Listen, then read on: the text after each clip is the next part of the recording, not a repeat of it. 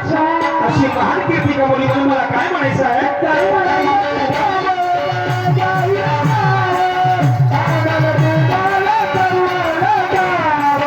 रामदासी बरोबरच जाहीर नाव आम्हाला तुम्हाला सर्वांना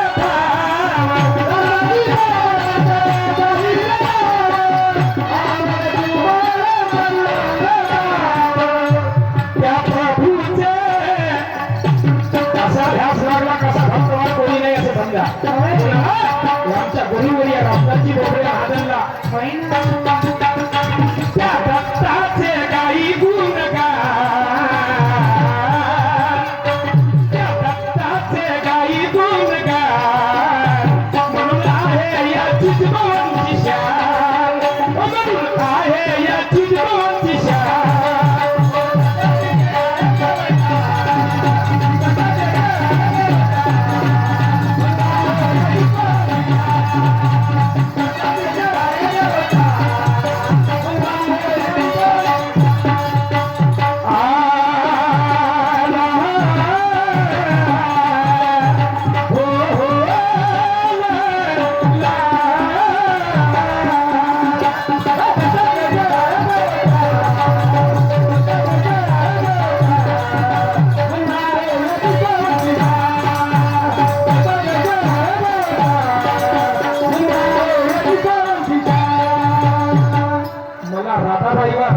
ही माऊली आहे ती आदिशक्ती आहे ती जगात जननी होती आणि सगळ्याचा माऊली मानधन करायची अरे या जनसागरात कोणी तरुण दाखवा बोबडे परिवारांनी शांतपणा घ्यावा बोबडे परिवारांनी शांतपणा का या जनसागरात कोणी तरुण दाखवा रामदासजी बोबडे सारखा महाजन मला धरून दाखवा राधाबाई कोणी म्हणून दाखवा त्या राधाबाई आई सारखे कोणी म्हणून दाखवा आज त्या महाजनाला त्या माऊलीची साथ होती खांद्याशी खांदा लावून लढत होती सगळ्याचा मानधन करत होत्या म्हणून त्यांच्या बरोबर त्यांचंही नाव अमर झालं म्हणून काय म्हणायचं आहे का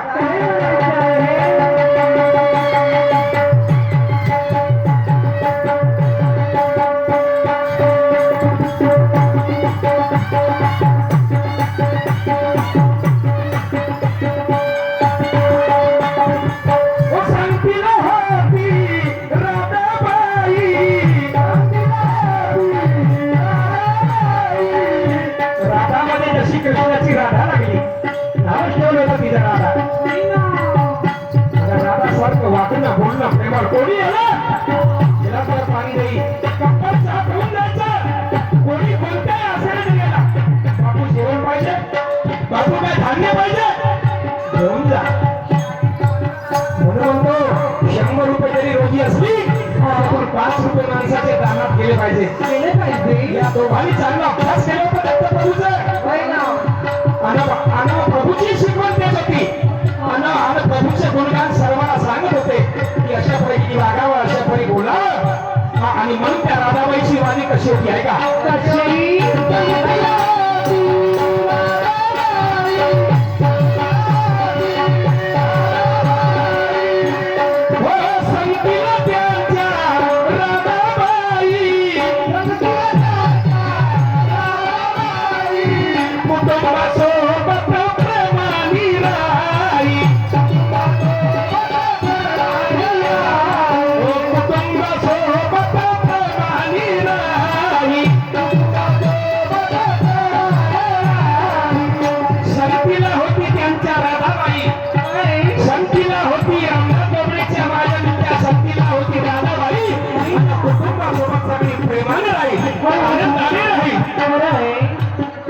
घरची स्त्री एक प्रकारची लक्ष्मी आहे समजा तिला जरी माणसाला खुश ठेवलं तर सगळं खुश पती पत्नीचा जोडा असा होता की एका ताटात जेवण करायचे एक पान वापरून खायचं आणि एकामेकाच्या सल्ल्याशिवाय कोणता विचार करत नव्हते म्हणून मला काय म्हणायचं आहे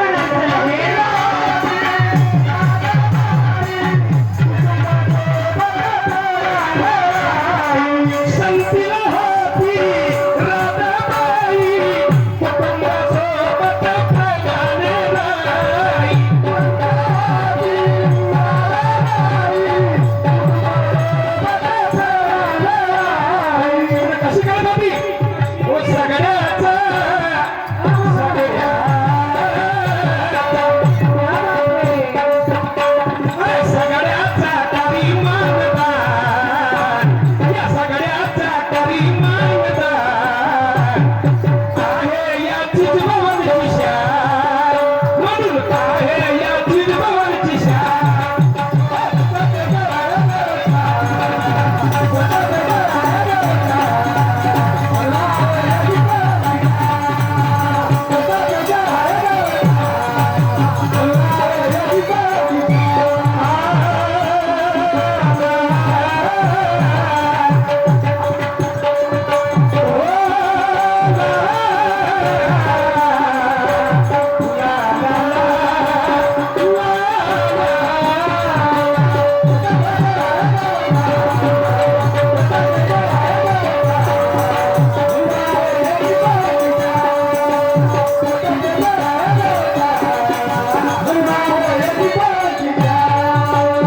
रामदासजी बोबडे मायजन यांच्या आज्यापासून ह्या इथं कार्यक्रमाची सुरुवात आहे आणि दत्त जयंतीच्या सोहळ्याची सुरुवात आहे.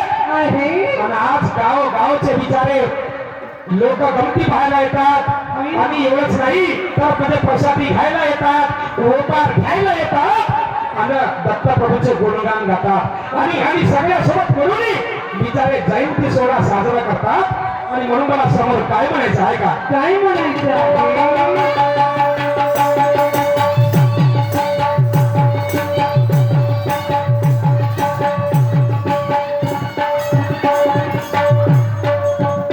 दत्त जयंतीचा सोहळा सुरू केला असेल तर या गुरुवर्य लोकांनी रामदासजी बोबडे आमचे गुरुवर्य महाजन यांनी शाहीचा सह वस्तादमध्ये चांगलं नाव कमवलं. शाही कशी होते ते लोकांना समजून दिलं आणि तेही सुभान शाखेचे होते. सुभानचा निशाणा आहे पांढर शुभ्र. तसं एखादी पांढरा कपडा आपण घाललो तो पाक आहे, तो पाक आहे आणि त्या पांढऱ्या कपड्यावर रंग चढला तो नापाक झाला. लक्षात घ्या. असं पाक ह्या सुभानच्या निशाणाची रामदासजी बोबडे यांनी शाही केली, वस्ताद ती गाजवली. म्हणून समोर मला काय म्हणायचं आहे का? काय म्हणायचं आहे?